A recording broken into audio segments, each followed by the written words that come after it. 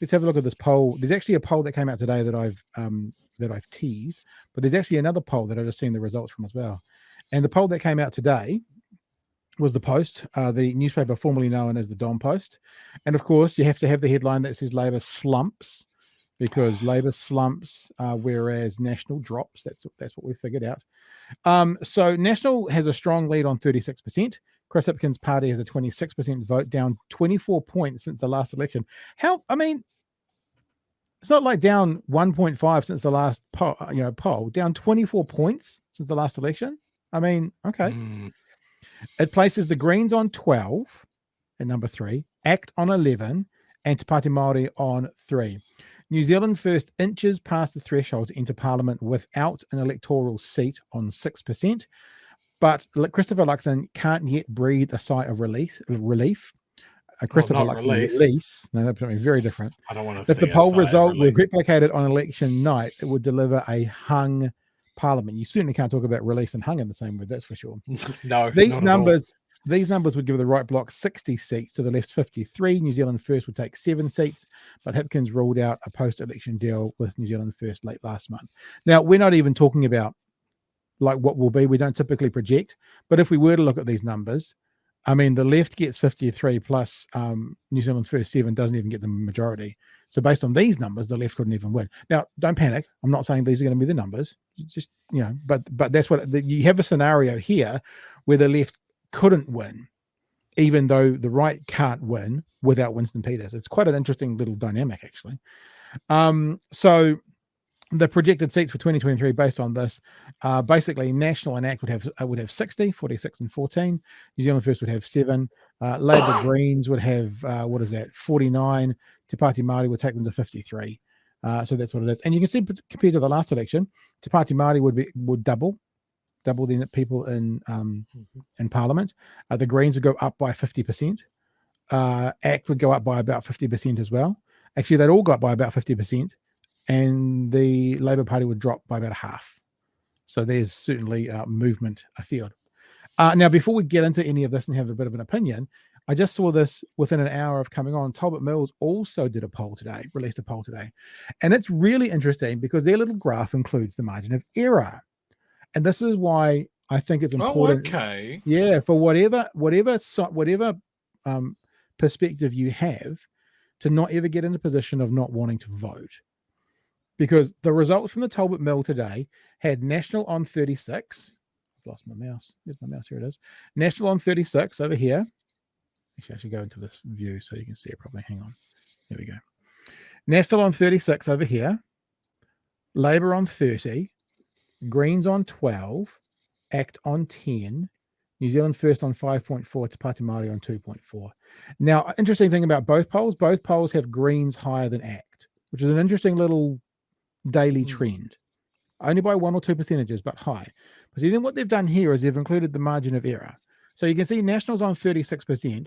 That means their margin of error puts them between 33 and 39. Labour's on 30%, so the margin of error puts them between 27 and 33. So you can see when you talk about margin of error, you can actually see the top 2 parties are within cooey. They're within margin of error of being equal, which is fascinating. The Greens' margin of error puts them between 10 and 14. ACT's margin of error puts them between 8 and 12. New Zealand First's margin of error, this will be good news for them because the lowest they've got from this poll based on margin of error is 4%, which is pretty bloody close to 5%. So between 4 and 7, and Te Pāti Māori between 2 and 3. But I think this is a really interesting thing that Talbot Mills has done, showing the margin of error, because it also does show it could be 27 to 39. But on the other end of it, it could kind of be 33 all, Chewy. What are your thoughts? Yeah, it's not necessarily a thought related to this, right? But the last couple of polls, I've seen a lot more people talking about how bad it would be to have a hung parliament. Yeah, I know we've had one before, or we got very, very close to one. But how is it bad? Do you know? Because I'm a big old dummy. Well, I guess what they're saying is there's no. I mean, like I talked to Raf about this, and you guys know that we like Raf and we like what he's doing. We just don't like the decision that they've made about sitting opposition benches. And I talked about this scenario, if for example both sides could get to say 59 seats, which is not far off being what it is now. Yeah. And you had 2 seats, and you were going to sit in the opposition benches. Now, we've talked to him twice. The first time, he didn't bring up supplying confidence. So I said to him, the thing that makes me uncomfortable about that is that basically means that top decides every single policy that goes through. Because if both sides are on 59, then top goes, well, we'll just stay out of this, and you bring all your stuff to us, bend the knee, and we'll decide what wants to go through. I'm actually not saying top would do that, but I'm just saying party X could do that. Yep. So would this also mean that if the major parties wanted to avoid something like that, concentrating a lot of power into someone with a relatively low percentage of the actual vote, they would have to maybe get off their ass and do some horse trading rather than just slinging shit at each other? I don't think, like, we have minority governments all the time, which is where a government, like, for example, the Greens they'll sit in the opposition benches, but they'll give supplying confidence. And that's the likely scenario. So if you have a minority parliament, so for example, that ACT National scenario where they get to 60, New Zealand First maybe gives supplying confidence, but that means they're not in government. They sit across the benches and they give supplying confidence. But once you give supplying confidence, you're basically giving them your vote every time. So what is the problem with a hung parliament? I guess one of the parliaments is if they can't figure it out, you have to have another election. Like, that's the worst case scenario. Right. Because if you have a hung parliament where because you have to go to the King's representative. I said that for the first time. I didn't say Queen's. And say, we can form a government. If you can't form a government, then you have to go again and see what happens. And I don't know if that happened, who that would be bad for. Like, if it was hung, would that be bad for someone like New Zealand First, who is choosing not to get in the boat? Would it be bad for Labour because it's just one more thing we have to go through and we're just going to blame you for that no matter what? I don't know. But I don't believe there will be a hung parliament. I believe what there could be, though, is a minority government with a supply and confidence partner. That's a much more likely scenario. Yeah.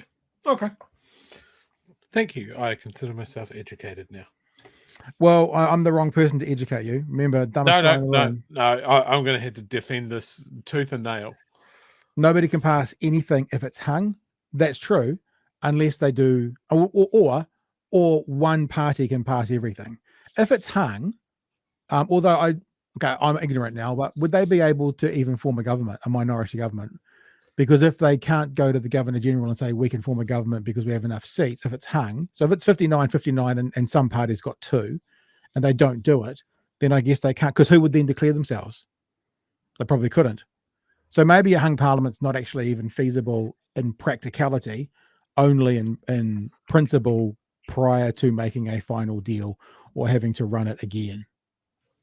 Yeah, Jordan says it as well. The only reason it's bad is we go back to the polls.